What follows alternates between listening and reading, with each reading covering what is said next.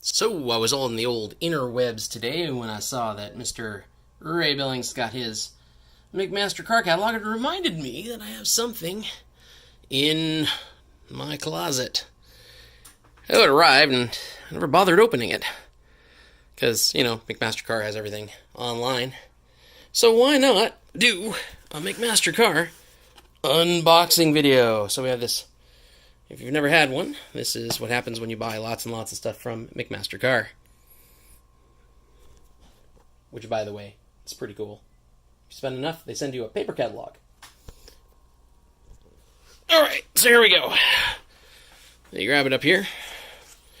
And you give it the old... Oh, let's try this way. Let's get the proper view here.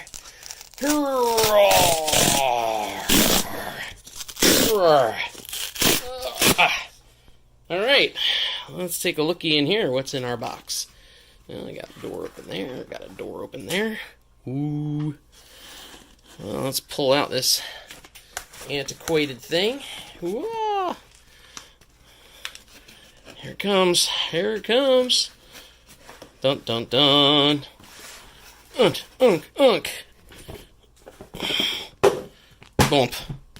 And it's been there a little while. So he's got number 125. And I've got number 123. What this tells me is I've got to go get number 125. So, McMaster Car catalogs, they are full of all of the goo-gaws, the whatnots. I mean, you name it, they got it somewhere inside a McMaster Car catalog. Yummy. Blasting media, drilling screws, rivets and panel screws.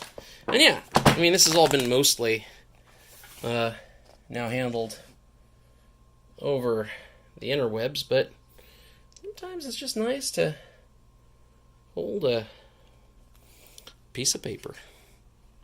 555,000 products at your fingertips. Look at that. Well, time to update it. So there you go. The McMaster Car, catalog number 123.